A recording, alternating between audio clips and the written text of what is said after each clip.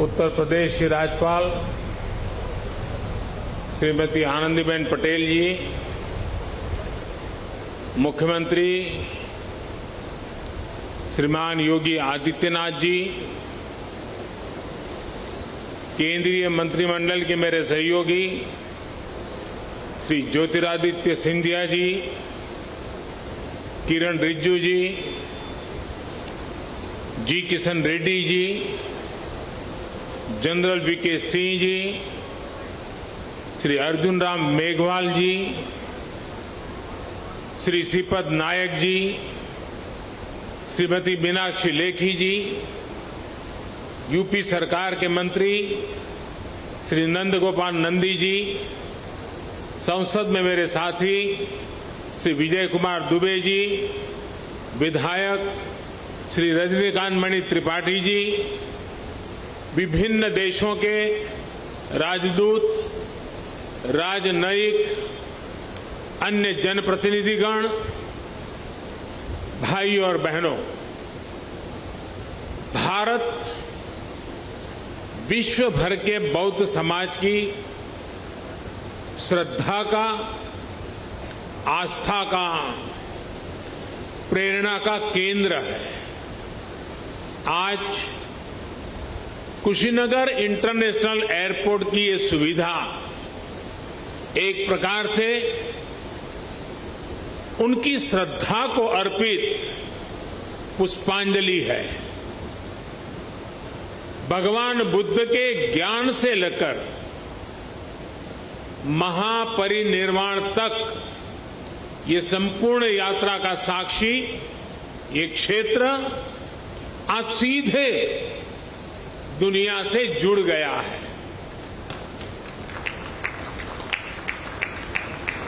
Sri Lankan airlines की flight का कुशीनगर में उतरना इस पुण्य भूमि को नमन करने की तरह है। इस फ्लाइट से श्रीलंका से आए अति पूजनीय महासंघ और अन्य महानुभाव आज कुशीनगर बड़े गर्व के साथ आपका स्वागत करता है। आज एक सुखद संयोग ये भी है कि आज महर्षि वाल्मीकि जी की जयंती है। भगवान महर्षि वाल्मीकि जी की प्रेरणा से आज देश सबका साथ लेकर, सबके प्रयास से सबका विकास कर रहा है। साथियों, कुशीनगर का ये इंटरनेशनल एयरपोर्ट दशकों की आशाओं और अपेक्षाओं का परिणाम है। मेरी खुशी आज दोहरी है। आध्यात्मिक यात्रा के जिज्ञासु के रूप में मन में संतोष का भाव है और पूर्वांचल क्षेत्र के प्रतिनिधि के रूप में भी ये एक कमिटमेंट पूरा होने की घड़ी भी है। कुशीनगर के लोगों को, यूपी के लोगों को, पूर्वांचल पूर्वी भारत के लोगों को, दुनिया भर में भगवान बुद्ध के अनुयायियों को कुशीनगर इंटरनेशनल एयरपोर्ट के लिए बहुत बहुत बधाई। साथियों, भगवान बुद्ध से जुड़े स्थानों को विकसित करने के लिए, बेहतर कनेक्टिविटी के लिए, श्रद्धालुओं की सुविधा के निर्माण पर भारत द्वारा आज विशेष ध्यान दिया जा रहा है।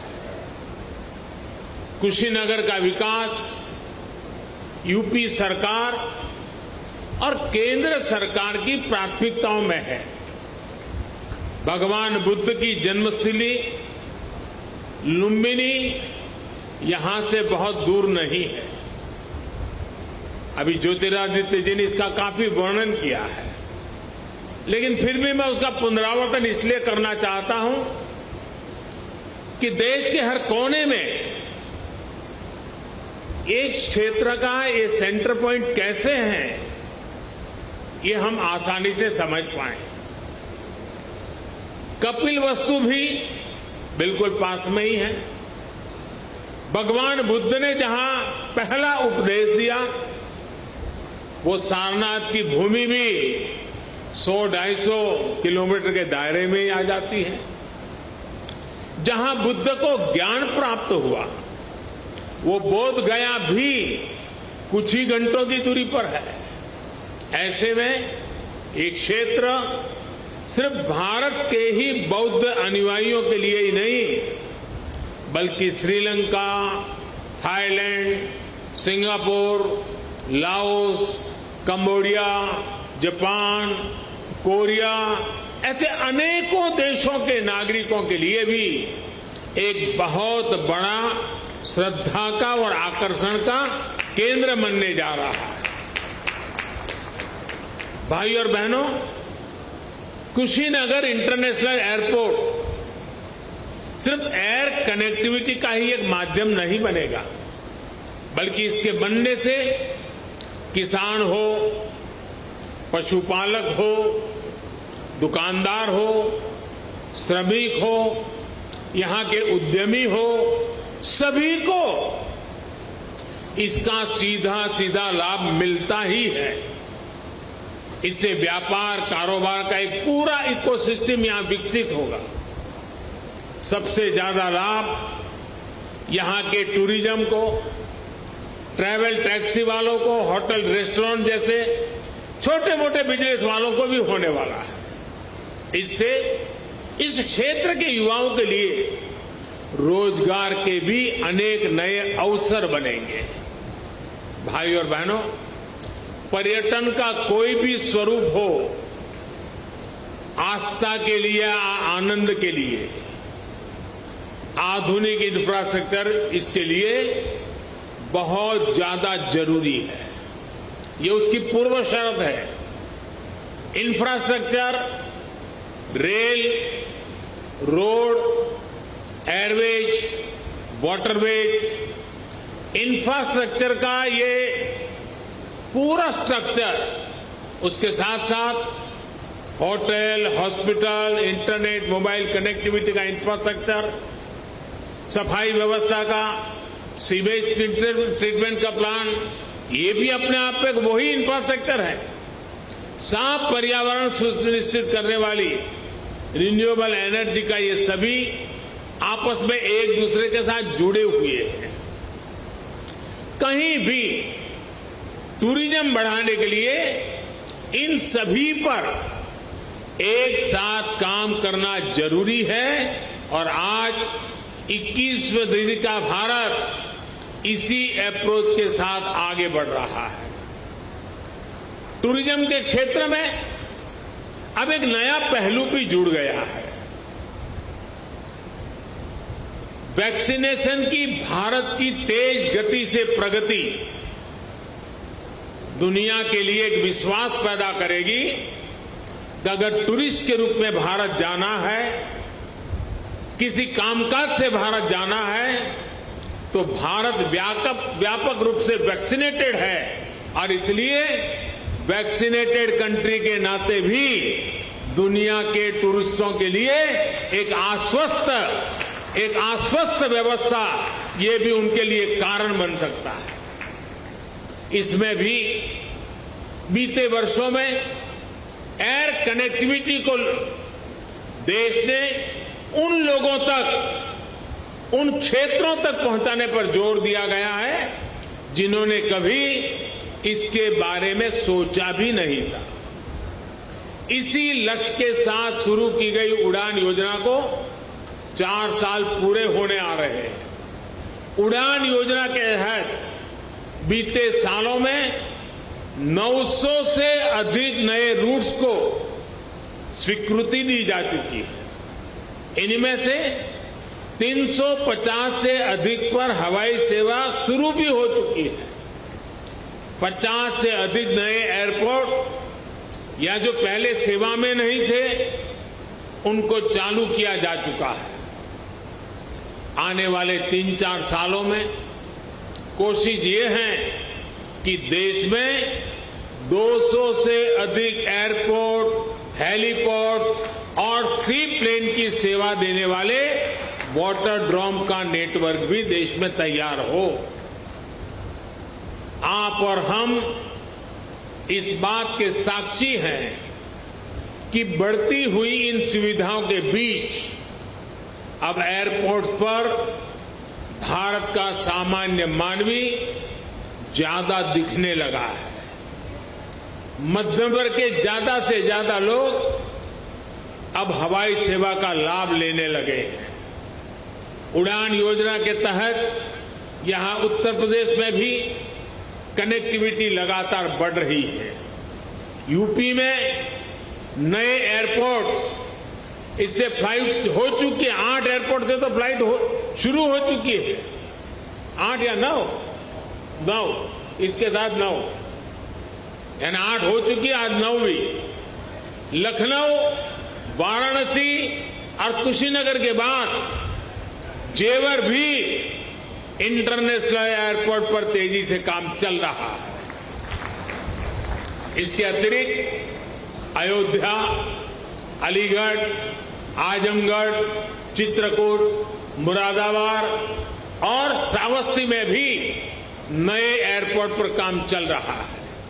यानी एक प्रकार से यूपी के अलग अलग अंचलों में हवाई मार्ग से कनेक्टिविटी बहुत जल्द, बहुत मजबूत हो जाएगी। मुझे ये भी जानकारी दी गई है कि अगले कुछ सप्ताह में दिल्ली और कुशीनगर के बीच स्पाइस जेट द्वारा सीधी उड़ान शुरू किया जा रही है। और ज्योतिरादित्य जी ने और भी कुछ डेस्टिनेशन बता दिए हैं। इससे घरेलू यात्रियों को, श्रद्धालुओं को बहुत सुविधा होने जा रही है। साथियों, देश का एविएशन सेक्टर प्रोफेशनली चले, सुविधा और सुरक्षा को प्राथमिकता मिले, इसके लिए हाल में एयर इंडिया से जुड़ा बड़ा कदम देश ने उठाया है। ये कदम भारत के एविएशन सेक्टर को नई ऊर्जा देगा। ऐसा ही एक बड़ा रिफॉर्म डिफेंस एयर स्पेस को सिविल यूज के लिए खोलने से जुड़ा हुआ है। इस फैसले से बहुत सारे एयर रूट पर हवाई यात्रा की दूरी कम हुई है, समय कम हुआ है। भारत के युवाओं को यही बेहतर ट्रेनिंग मिले, इसके लिए देश के 5 एयरपोर्ट्स में 8 नई फ्लाइंग एकेडमी स्थापित करने की भी प्रक्रिया शुरू की गई है। ट्रेनिंग के लिए एयरपोर्ट के उपयोग से जुड़े नियमों को भी सरल किया गया है। भारत द्वारा हाल में बनाई गई ड्रोन नीति भी देश में कृषि से लेकर स्वास्थ्य तक, डिजास्टर मैनेजमेंट से लेकर के डिफेंस तक जीवन को बदलने वाली है। ड्रोन की मैन्युफैक्चरिंग से लेकर ड्रोन फ्लाइंग से जुड़ा ट्रेन मैन पावर तैयार करने के लिए अब भारत में पूरा एक इकोसिस्टम विकसित किया जा रहा है। ये सारी योजना, सारी नीतियां तेजी से आगे बढ़े, किसी तरह की कोई रुकावट ना आए, इसके लिए हाल ही में पीएम गति शक्ति नेशनल मास्टर प्लान भी लॉन्च किया गया है। इससे गवर्नेंस में तो सुधार आएगा ही, ये भी सुनिश्चित किया जाएगा कि सड़क हो, रेल हो, हवाई जहाज हो, ये एक दूसरे को सपोर्ट करें, एक दूसरे की क्षमता बढ़ाएं। भारत में हो रहे इन निरंतर रिफॉर्म्स का ही परिणाम है कि भारतीय सिविल एविएशन सेक्टर में 1000 नए विमान जुड़ने का अनुमान लगाया गया है। साथियों, आजादी के अमृत काल में भारत का एविएशन सेक्टर राष्ट्र की गति और राष्ट्र के प्रगति का प्रतीक बनेगा। उत्तर प्रदेश की ऊर्जा उसमें शामिल होगी। इसी कामना के साथ एक बार इंटरनेशनल एयरपोर्ट के लिए मैं आप सबको, दुनिया भर के बौद्ध के अनुयायी देशों के नागरिकों को बहुत बहुत बधाई देता हूं। यहां से मैं देश और दुनिया से आए बौद्ध भिक्षुओं से आशीर्वाद लेने जाऊंगा और फिर यूपी के इंफ्रास्ट्रक्चर के अनेक और प्रोजेक्ट का लोकार्पण का भी मुझे सौभाग्य मिलेगा। फिर एक बार आप सबका बहुत बहुत धन्यवाद।